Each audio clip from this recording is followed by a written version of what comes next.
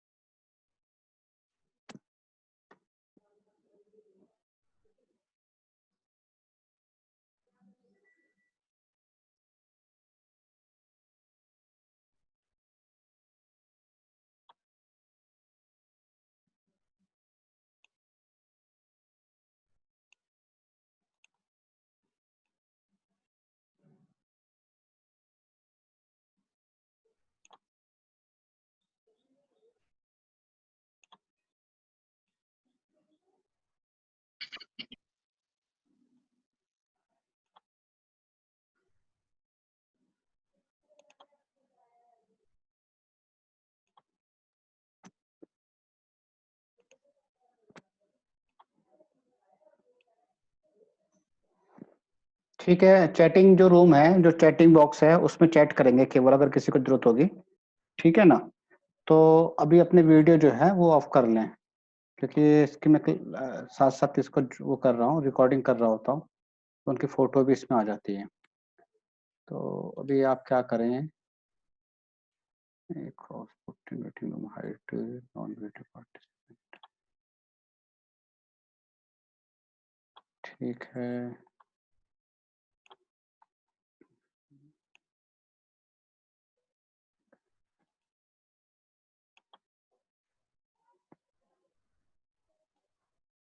ठीक है।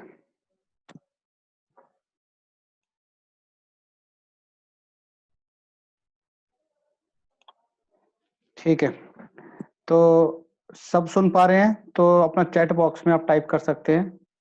अगर कोई नहीं सुन पा रहा है तो सब सुन पा रहे हैं? Yes, okay.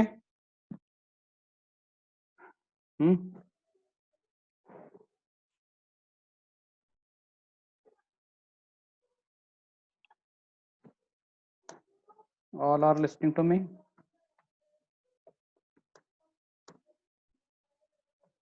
ठीक है, ओके। यस सर सुन पा रहे हैं सर। ठीक है जी, ठीक है जी, चलो जी हम शुरुआत कर रहे हैं। Okay sir. तो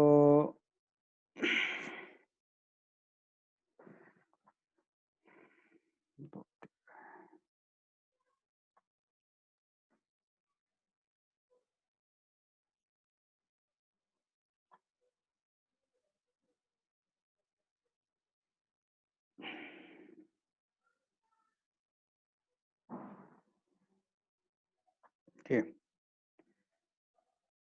तो बस एक मिनट और दीजिए मुझे।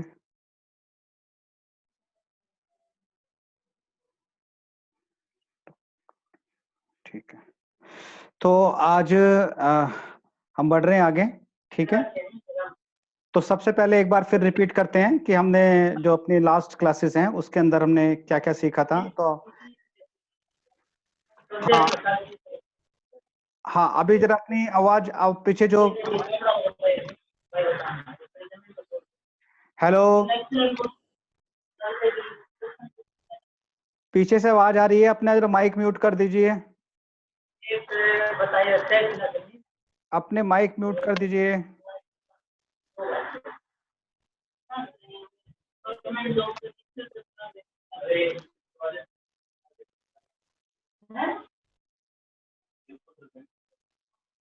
एक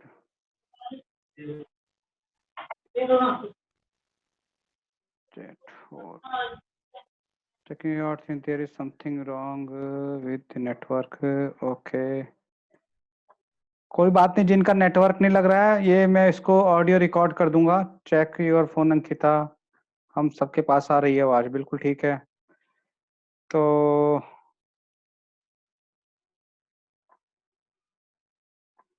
ठीक है, अब हम स्टार्ट कर रहे हैं। सब अपनी आवाज जो है म्यूट करके रखिएगा। तो एक बार सभी को नमस्कार। जैसे कि अभी हमने पिछली क्लास में हमने जाना था कि वर्तमान समय में जो तनाव जो है वो विश्व स्तर की एक समस्या है और 2020 के बाद जो एक नए प्रकार के रोग उत्पन्न होंगे जो है मानसिक रोग। और देश जो है में मौत का जो मेन कारण है, जो मुख्य कारण है, वो मानसिक रोग ही होगा। तनाव के विषय में यूं तो हैंस सेले ने अपनी परिभाषा दी थी कि किसी परिस्थिति के समय जो हमारा शरीर प्रतिक्रिया करता है, जो अनुक्रिया करता है, वही तनाव कहलाता है। लेकिन अगर हम अपने दर्शन की बात करते हैं तो दर्शनों में तनाव को आंतरिक या मानसिक शांति के भाव के साथ जोड़ा गया। बहुत ही सिंपल सरल भाषा हमारे दर्शन में दी गई, जिसके मन अशांत है, जो अंदर से अशांत है, यानी कि वो तनाव में है।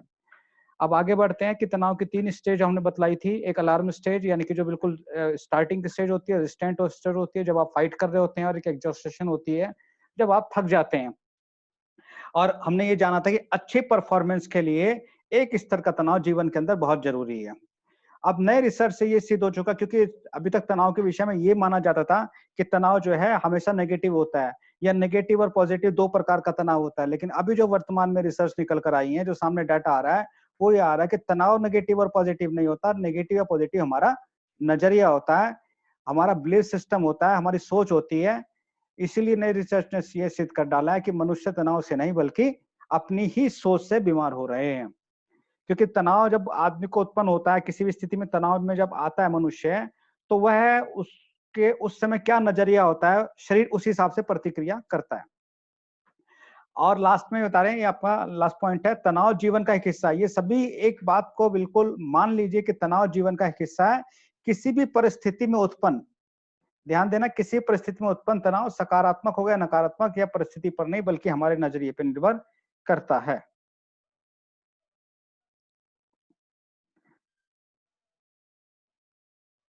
ठीक है, आगे बढ़ रहे हैं। अब आता है, अभी तक हमने सकारात्मक तनाव के विषय में सुना था, अब हम नकारात्मक तनाव की बात कर रहे हैं। नकारात्मक तनाव यानी नेगेटिव स्ट्रेस जो है वो 2 प्रकार का होता है। नेगेटिव स्ट्रेस 2 प्रकार का होता है। एक आपका होता है एक्यूट यानी तीव्र स्ट्रेस, बिल्कुल एकदम तीव्र यानी कि अचानक, मतलब इतना तेजी से आता है। और एक होता है क्रॉनिक, जो धीरे धीरे लंबे समय तक चलता है। तो दोनों स्ट्रेस को मैं समझा देता हूं। एक्यूट स्ट्रेस जो तीव्र स्ट्रेस है, इसमें क्या होता है कि जैसे किसी ने आप पे हमला किया तो आपको अचानक तनाव हो जाएगा, या आपको अभी बोल दिया जाए कि 1 घंटे बाद आपका पेपर है, एग्जाम है, तो आपको एकदम से स्ट्रेस हो जाएगा। आप कहेंगे ये बताओ अचानक से बता दिए, आपको पहले बताना चाहिए था, हमारे तो कुछ तैयारी नहीं है। हम कहेंगे नहीं नहीं नहीं नहीं, हम नहीं मानते, बिल्कुल तैयारी है कि नहीं, आपको अभी एग्जाम देना होगा।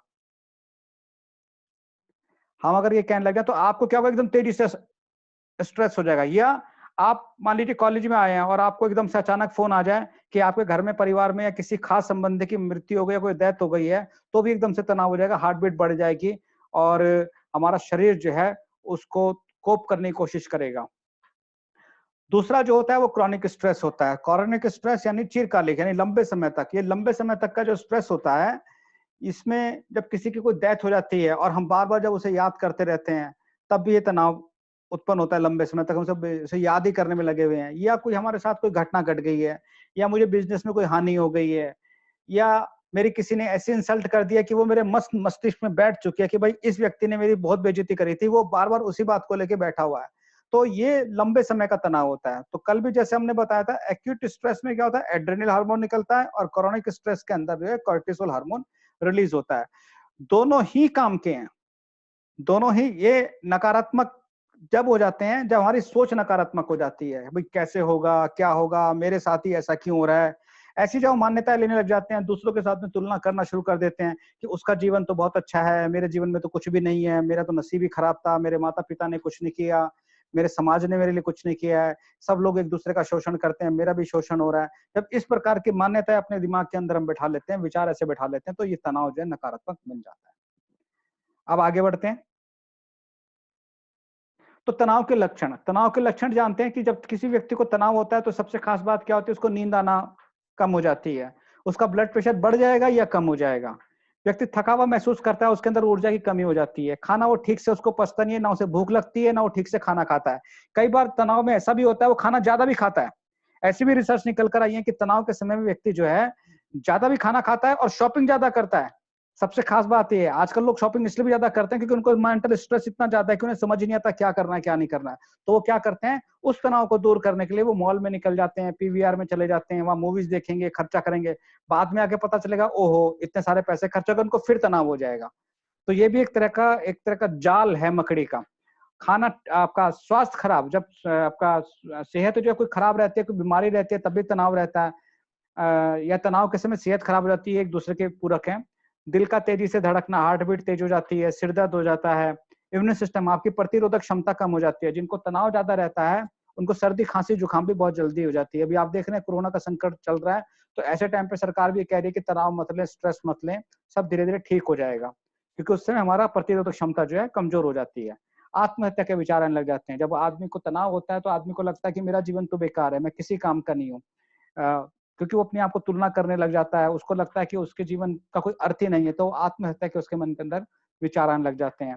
निराशा की भावना आ जाती है, किसी भी काम में उसका मन नहीं लगता है, गुस्सा आएगा या आक्रामक हो जाएगा। ऐसा भी होता है, खाली आत्महत्या नहीं करते, जब लोगों को तनाव आता है वो दूसरे की भी जान ले लेते हैं। किसी को स्ट्रेस इतना ज्यादा है, इसका मैं एग्जांपल देता हूं कि दिल्ली के अंदर केवल 20 रुपए की वजह से छोले कुलचे वाले की दुकान पे एक व्यक्ति का मर्डर हो गया।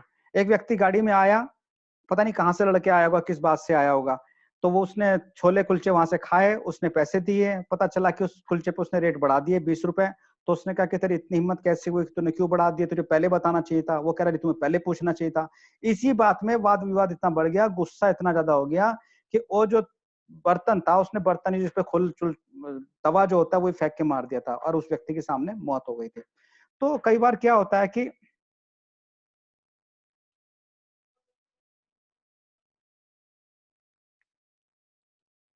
एक मिनट,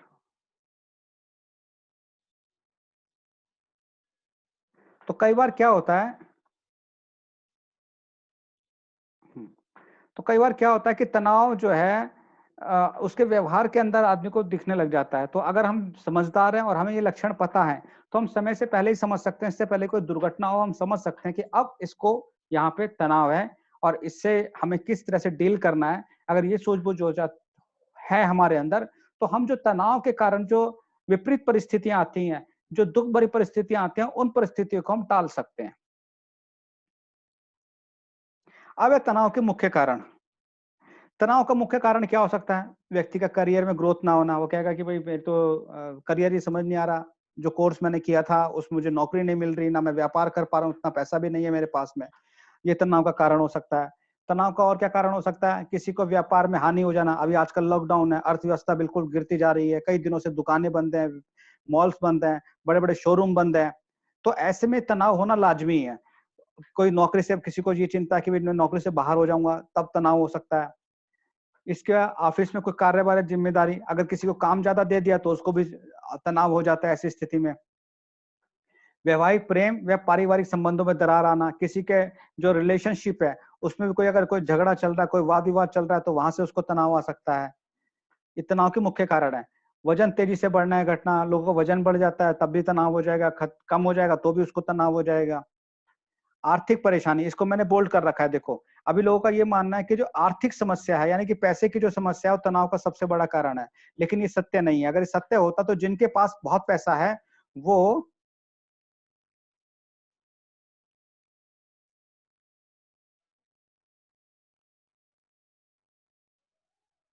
हम्म, अगर जिनके पास बहुत पैसा है, अगर उनको वाकई में ही अगर पैसे से तनाव कम होता तो जिन पे बहुत पैसा है शायद उनको तनाव ही ना होता।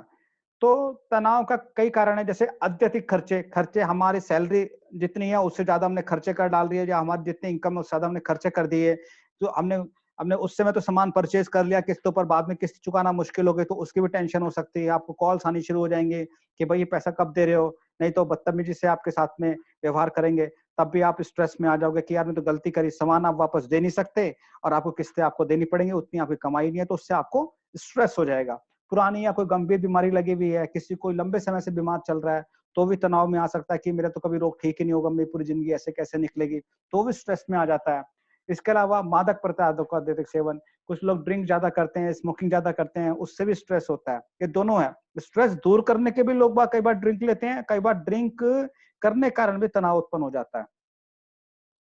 इसके साथ ही साथ क्या, परिवार में एक दूसरे का सहयोग ना मिल पाना, ये भी मैंने बोल्ड कर रखा है। कहते हैं कि संगठन में ही शक्ति है या प्रेम में ही शक्ति है। अगर हमारा परिवार में एक दूसरे का सहयोग नहीं मिल पाएगा, जरा ध्यान देना, तो भी उससे स्ट्रेस होता है। मैंने व्यक्तिगत देखा कि अगर आपका पारिवारिक अंडरस्टैंडिंग है आपस में, तो आप किसी भी समस्या से लड़ सकते हैं। ये सत्य है। इसीलिए पारिवारिक सहयोग बहुत जरूरी है, और जब जहाँ सहयोग नहीं होता वहां तनाव बहुत ज्यादा होता है। जैसे हमने कल बताया था कि घरेलू हिंसा के केस ज्यादा बढ़ रहे हैं लॉकडाउन के टाइम पे, क्योंकि वहां पे परिवार एक दूसरे से उनको सहयोग नहीं मिलता।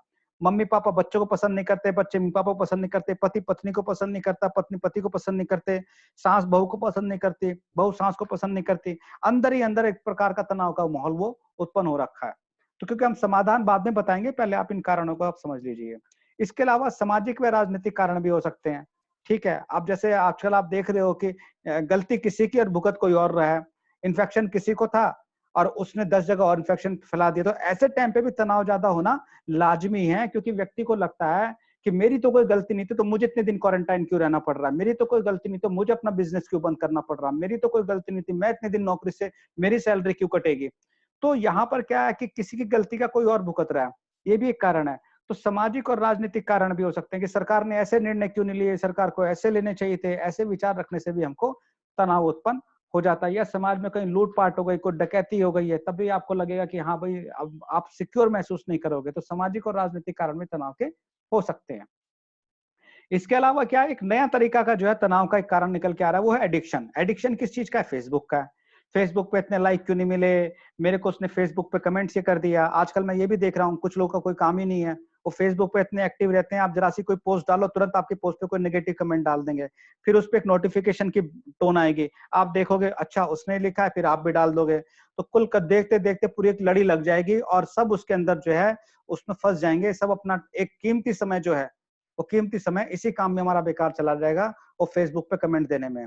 मोबाइल फोन एडिक्शन है। मोबाइल फोन हम देर देर रात तक हम जाग रहे हैं। आजकल ये भी शिकायतें आ रही हैं कि देर रात तक मोबाइल फोन से वो यूज करते हैं। मोबाइल फोन जब आप यूज करते हैं तो आपकी नींद खत्म हो जाती है, नींद कम हो जाती है, खत्म हो जाती है, तो फिर आप और देखते हैं, उससे और नींद तो फर्क पड़ता है। जब तक आपकी आंखें या आपका नर्वस सिस्टम बिल्कुल डाउन ना हो जाए, तब तक आप मोबाइल फोन देखते रहते हैं। अंत में आप सोते हैं लेट, फिर बाद में देर से उठते हैं, उससे भी आपको तनाव उत्पन्न होगा ही होगा। इसके अलावा टिकटॉक, टिकटॉक का भी एक फैशन हो गया, मेरे कितने लाइक आए हैं, कितने शेयर हुए हैं, तो ये टिकटॉक भी एक एडिक्शन है। व्हाट्सएप का भी एक एडिक्शन है। तो ये नए प्रकार के एडिक्शन आ रहे हैं, केवल शराब और धूम्रपान का ये एडिक्शन नहीं है, ये एडिक्शन है, इनसे बचना आज की डेट में बहुत जरूरी है।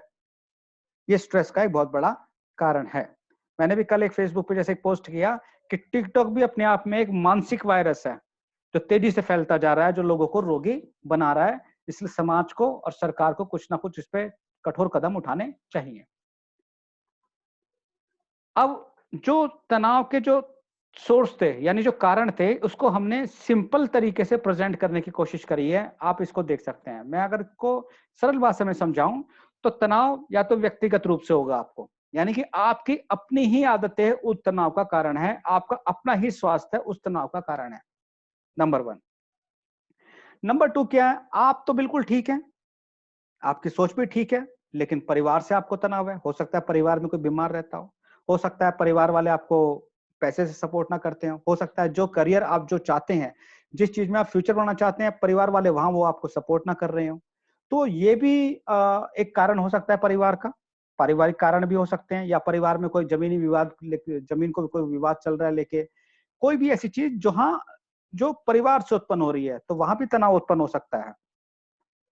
अब अगला कारण क्या? वर्क, यानी कि आपके पास काम, कार्यस्थल से कोई प्रेशर आ गया कि भाई ये काम आपको करना ही करना है, तब भी आपको तनाव हो सकता है। कोई नए प्रकार का कार्यक्रम आपको कार्यभार दे दिया जिसकी आपको नॉलेज नहीं है, तो भी आपको स्ट्रेस हो सकता है। तो ये भी स्ट्रेस का एक सोर्स है, यहाँ से उत्पन्न होता है। सोशल, यानी कि आप सोशल एक्टिविटी में आपको समाज के अंदर जाना है, मिलना है, जुलना है, उसके लिए नए कपड़े चाहिए, नए खर्चे चाहिए, किसी ने दूसरी गाड़ी ले ली तो आपको भी गाड़ी चाहिए। ये सोशल या समाज में किसी के साथ में कोई मिसबिहेव हो गया, किसी के घर में डकैती पड़ गई, किसी का मर्डर हो गया, किसी का रेप हो गया, कहीं भी कोई घटना घट रही है तो उसका जो सामाजिक प्रभाव है वो भी आपके मानसिक रूप में पड़ेगा ही पड़ेगा। सपोज मेरी छोटी बच्ची है और किसी की बच्ची के साथ में मैंने सुना कि कोई दुर्घटना घट गई है स्कूल जाते समय, तो मेरे को भी चिंता हो जाएगी, मेरे को भी तनाव हो जाएगा कि मेरी बच्ची भी स्कूल में जाती है बस में बैठ के स्कूल की और उसके साथ भी घटना घट सकती है, तो वो भी एक तनाव का कारण हो सकता है। इसके अलावा तनाव का कारण इकोलॉजिकल यानी कि प्राकृतिक भी हो सकता है, वातावरणीय भी हो सकता है। जैसे मान लीजिए मुझे जाना है सपोज अपने घर से मुझे ऑफिस जाना है और ऑफिस जाने से पहले ही बहुत तेज बारिश हो गई, तो पानी सब जगह भर गया, तो मेरे को तनाव हो जाएगा भाई मैं कैसे जाऊंगा। या ऐसे हो सकता है कि कल मेरा एग्जाम है, तूफान बहुत तेज आया, पेड़ पौधे गिरे बिजली की तारों पर तो बिजली भाग गई। अब मैंने सोचा था पहले से तय कर रखा था कि रात को बैठ के प्रैक्टिस कर मतलब अभ्यास करूंगा और सब्जेक्ट को पढ़ूंगा और सुबह पढ़ूंगा, तो लाइट ही चली गई। अब ना मैं सुबह पढ़ने का रहा ना मैं रात को पढ़ने का रहा, रात भर हमको मच्छर लगे, पंखा नहीं था तो मेरे को और ज्यादा स्ट्रेस हो जाएगा। तो ये इकोलॉजिकल कारण हो गया, प्राकृतिक कारण हो गया, यहाँ हमारा कोई कंट्रोल नहीं था। तो अब इसको देखिए 5 चीजें मैंने दिखाई है, इंडिविजुअल, फैमिली, वर्क और सोशल और इकोलॉजिकल। अगर मैं कहूं कि इन सबको मैं दूर कर दूं, क्या तनाव दूर हो जाएगा? यानी मैं व्यक्तिगत रूप से अपने आप को ही खत्म कर दूं, क्या मेरा तनाव खत्म होगा? बिल्कुल नहीं खत्म होगा। अगर मैं अपने परिवार को छोड़ कर चले जाऊं तो क्या मेरा तनाव खत्म हो जाएगा? बिल्कुल नहीं खत्म होगा। अगर मैं अपने काम को छोड़ दूं, नौकरी छोड़ दूं या अपना व्यवसाय बंद कर दूं तो क्या मेरा तनाव खत्म होगा? बिल्कुल खत्म नहीं होगा। अगर मैं समाज को छोड़ दूं, समाज से दूरी बना लूं तो क्या मेरा तनाव खत्म होगा? बिल्कुल नहीं खत्म होगा। अगर मैं प्रकृति से डिस्कनेक्ट हो जाऊं, उससे अपने संबंध अलग कर लूं और प्रकृति से बिल्कुल कनेक्ट ना हो, तो क्या मेरा तनाव खत्म होगा? बिल्कुल खत्म नहीं होगा। इसीलिए हम कहते हैं जिनको आप तनाव का सोर्स मान रहे हो, यही हैप्पीनेस का यानी खुशी का ही सोर्स है। आपका शरीर होगा, आपकी सोच अच्छी होगी, आपका स्वास्थ्य अच्छा होगा तो आपको खुशी महसूस होगी। आप परिवार में रहोगे तो खुशी महसूस होगी। आप अपने काम करोगे, ये तो उनसे पूछो ना जो बेरोजगार है, जो बेरोजगार होते हैं उनसे पूछो कि काम क्या होता है। तो इसीलिए काम आप करते हैं तो आपको वहीं से खुशी महसूस होती है क्योंकि आपको सैलरी मिलती है, आपको मानदेय मिलता है। और समाज में आप जब दोस्तों से मिलते हो, शादी पार्टी अटेंड करते हो, कुछ किसी के यहाँ प्रोग्राम में जाते हो, किसी बर्थडे इवेंट को अटेंड करते हो, तब भी आपको खुशी महसूस होती है। इकोलॉजिकल जब प्रकृति के साथ आप जब संबंध बनाते हैं, आप कहीं पहाड़ों पर जाते हैं, किसी गंगा स्नान करने जाते हैं या कहीं मनोरम दृश्य देखने जाते हैं प्रकृति का, या बारिश होती है तो आपको आनंद आ रहा होता है। तो कुल मिला के ये है कि जिसको हम तनाव का कारण बता रहे हैं, अगर अपनी सोच बदल लें, अपना तरीका बदल लें तो यही खुशी का कारण है। मेरा अभी कहने का अभिप्राय ये था। आगे देखते हैं। अब तनाव में क्या होता है कि तनाव में भी व्यक्तिगत विभिन्नताएं हैं। जैसे स्त्रियों और पुरुषों में तनाव के अलग अलग कारण, अलग अलग तरीके हो सकते हैं। जैसे पैटर्न जो हमें अलग अलग देखने को मिला है, इसको आप पढ़ेंगे। हमारे समाज में लड़के व लड़कियों को अलग अलग तरीके से आचरण या व्यवहार करना सिखाया जाता है। ठीक है, जीवन में इनकी अपेक्षाएं भी भिन्न भिन्न होती हैं। लड़कों की अपेक्षाएं अलग होती हैं, लड़कियों की अपेक्षाएं अलग होती हैं। उदाहरण के लिए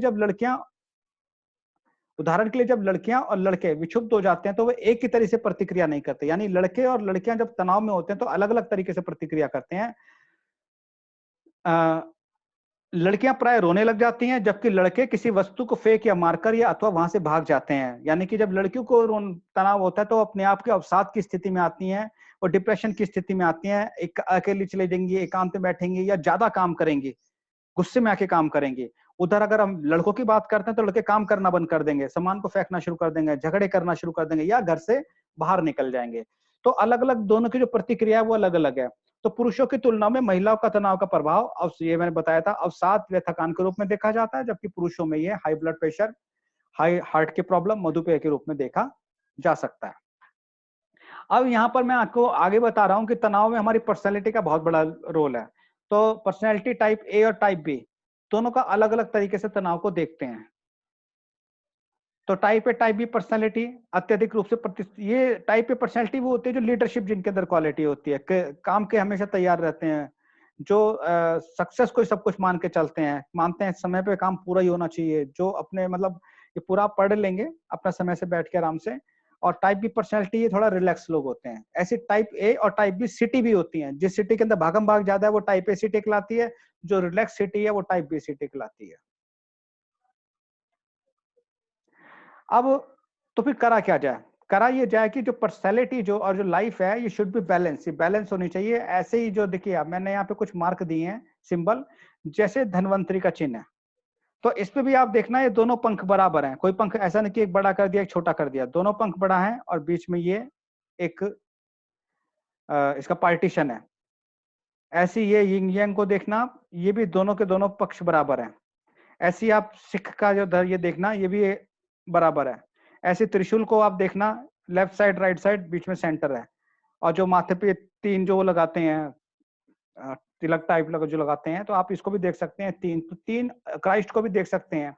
तो कहीं ना इवन आप अपने ब्रेन को भी देख सकते हैं कि कहीं ना कहीं शास्त्रों के अंदर या धर्म के अंदर बैलेंस को बतलाया गया है। ये सारे सिंबल जो हैं बैलेंस को रिप्रेजेंट करते हैं। इवन आप जो मुस्लिम जो यूज करते हैं 786 नंबर 786 करते हैं, अगर इसको टोटल भी करोगे तो 21 आएगा, और 21 को फिर टोटल करोगे तो 3 आएगा, यानी 2 21 का मतलब 2 + 1 = 3, यानी 3 का खेल है सारा का सारा। मैं ये समझना बहुत जरूरी है अगर तनाव को हमें दूर करना है।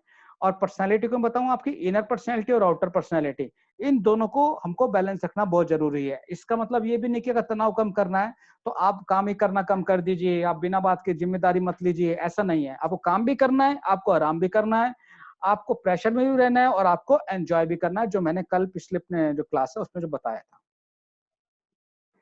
सत्व रज तत्व का एक हमारा कॉन्सेप्ट आता है। ये जब सारे कॉन्सेप्ट आपको जो है जब हम इसके उपाय बताएंगे तब ये काम आएंगे। और अभी मैं आपको दिखाने जा रहा हूं एक वीडियो, और उस वीडियो से देख के आपको लगेगा, पता चलेगा।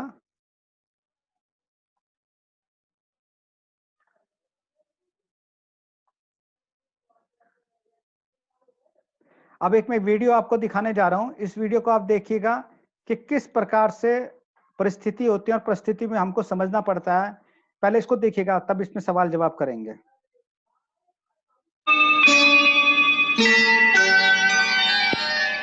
राम, लक्ष्मण, आज अपने कुल देवता के सामने खड़े होकर मैं तुम्हें जीवन का एक मूल मंत्र देता हूं।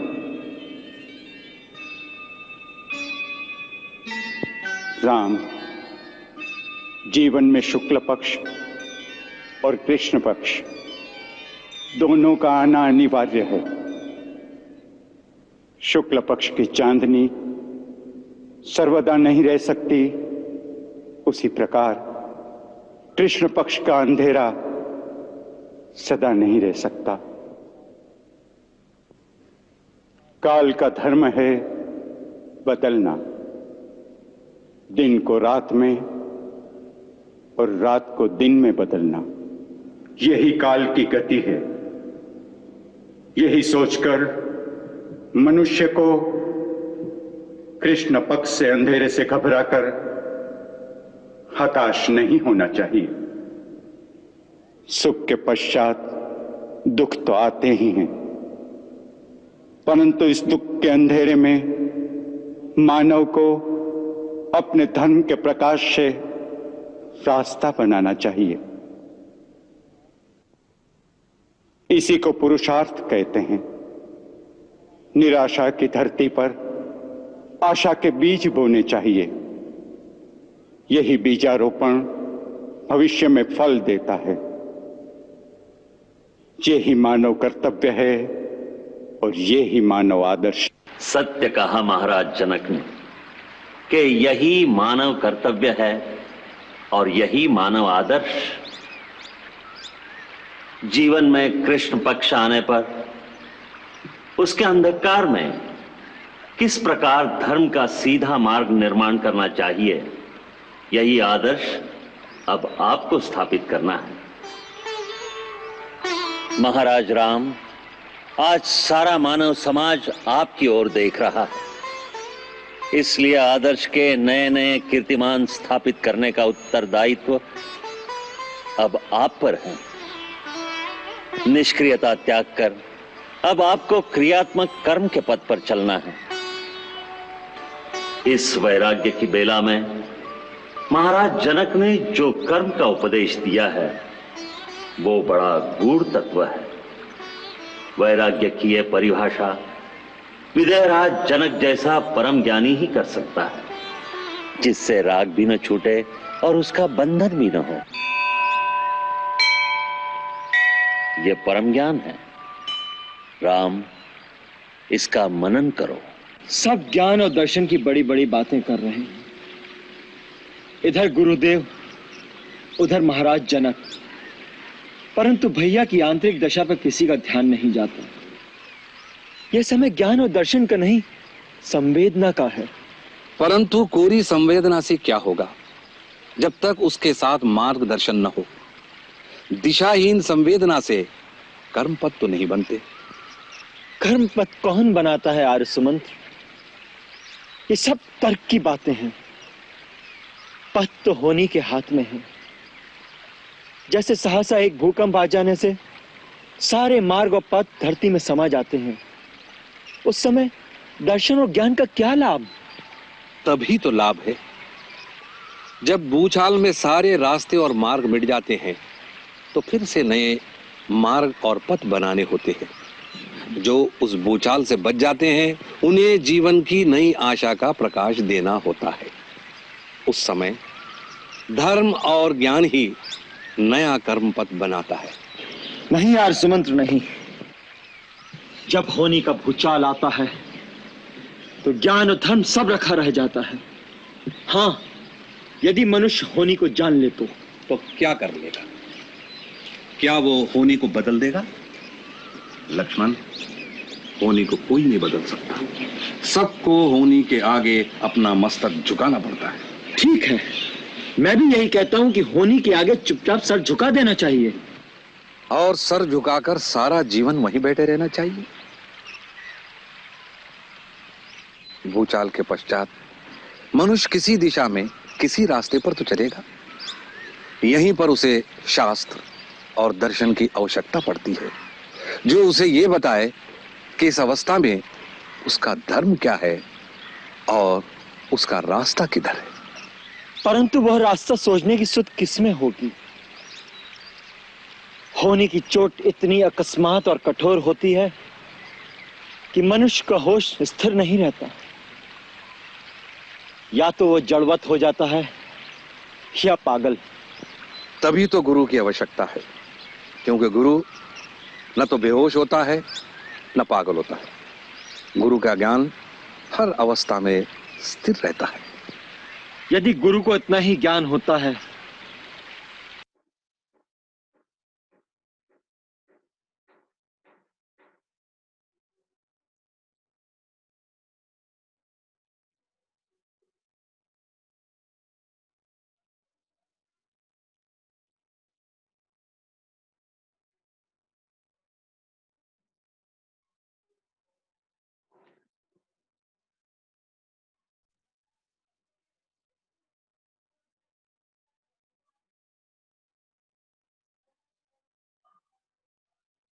ठीक है, तो अब आपने जाना किसी वीडियो को देखकर कि किस प्रकार से जो है राजा जनक ने जो है भगवान राम को और लक्ष्मण को बताया था कि शुक्ल पक्ष और कृष्ण पक्ष वो जो सृष्टि का एक नियम है, तो इसी प्रकार से जीवन के अंदर भी दुख और सुख आना ही है।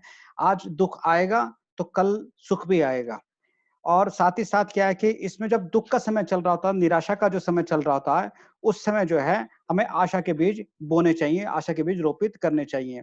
और निष्क्रियता त्याग कर, क्योंकि जब आपके पास जब ऐसा कोई समय होता है जब आपको कुछ भी नहीं समझ आता कि क्या करना चाहिए, तो ऐसे समय में आपको नए उत्साह के साथ नए मार्ग के लिए रास्ते खोजने चाहिए और आगे बढ़ना चाहिए।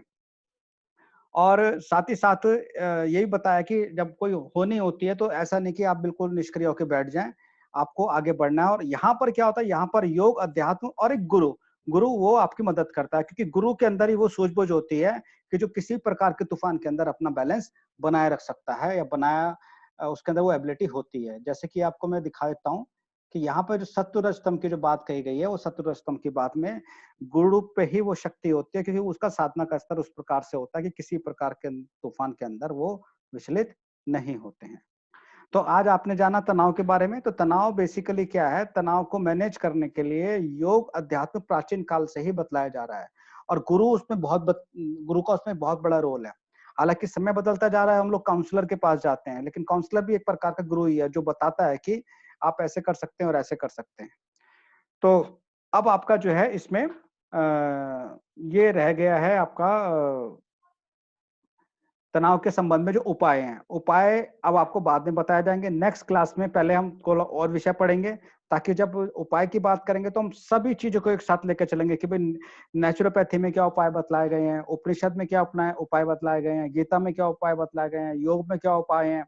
तो सबको एक साथ लेके चलेंगे और तब आपको अच्छी तरह से समझ पाएंगे कि जीवन में जो जिन लोगों के सामने जो तनाव वाली स्थिति हम चल रहे हैं, तो ऐसे आयुष मंत्रालय या ऐसे मोदी जी नहीं कह रहे हैं कि अपने आप योग करते रहें और हमेशा सकारात्मक रहें। तो उसके पीछे कौन सी टेक्निक्स ऐसी हैं, और टेक्निक्स को हम बाद में डिस्कस करेंगे।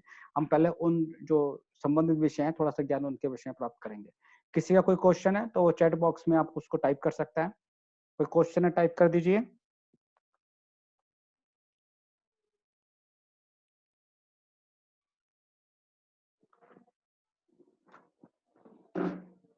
Any question? नो।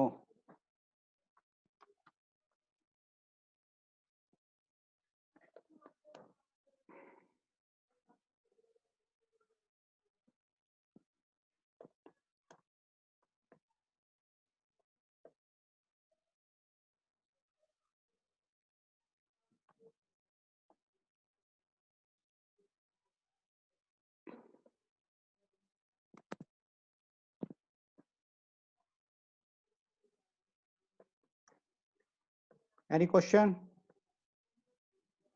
ठीक है, तो अपना फीडबैक दीजिए। आज आपने क्या सीखा? हमारे पास कितने 2 मिनट रह गए हैं। 2 मिनट रह गए हैं।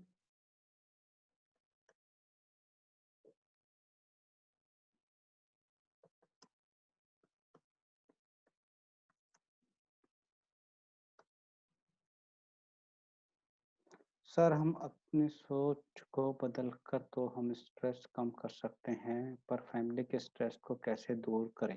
हाँ, तो फैमिली के स्ट्रेस को कैसे दूर करें? देखिए, सबसे पहली एक चीज है कि जैसी दृष्टि वैसी सृष्टि। सबसे पहले यही चीज है कि पहले आप अपने आप को ठीक कर लें। एक बार आपको अपने आप को मैनेज करना आ गया तो आप दूसरों को भी अपने आप किसी हद तक मैनेज कर सकते हैं, और धीरे धीरे धीरे बदलाव आता है। जिस प्रकार से कच्ची मिट्टी को आप ढाल सकते हैं, लेकिन पकी हुई मिट्टी को आप नहीं ढाल सकते, इसी प्रकार से जो बड़े बुजुर्ग जो होते हैं उनको बदलना कोई आसान काम नहीं होता है।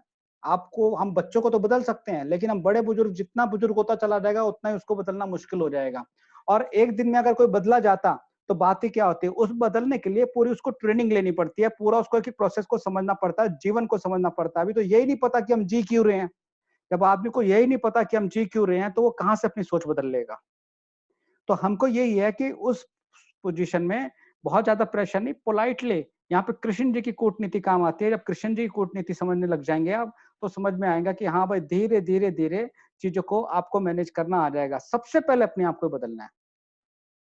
और कोई question? Sir can I speak? हाँ, बोलिए बोलिए बोलिए। यमुना बोलना चाहती सर हूँ, मैं बोलो। ये कह रही हूँ कि हम, यस सर, कि जो हमारी नेगेटिव सोच होती है सर, वो तो हम बदल लेते हैं। फिर भी मतलब कोई भाई बहन की होती है तो वो किसी तरह भी ना माने जैसे कोई बात को, और वो मतलब नेगेटिव सोचता हो, जब सर उस सिचुएशन में क्या करें तो सर? देखिए, मैं अभी कल का ही, मेरे पास अभी टाइम 1 मिनट रह गया है। कहोगे तो मैं इसको दोबारा से रिस्टार्ट कर दूंगा। क्या इसको, क्लास को अभी 10 मिनट आगे और बढ़ाना है, क्योंकि टाइम खत्म होने वाला है?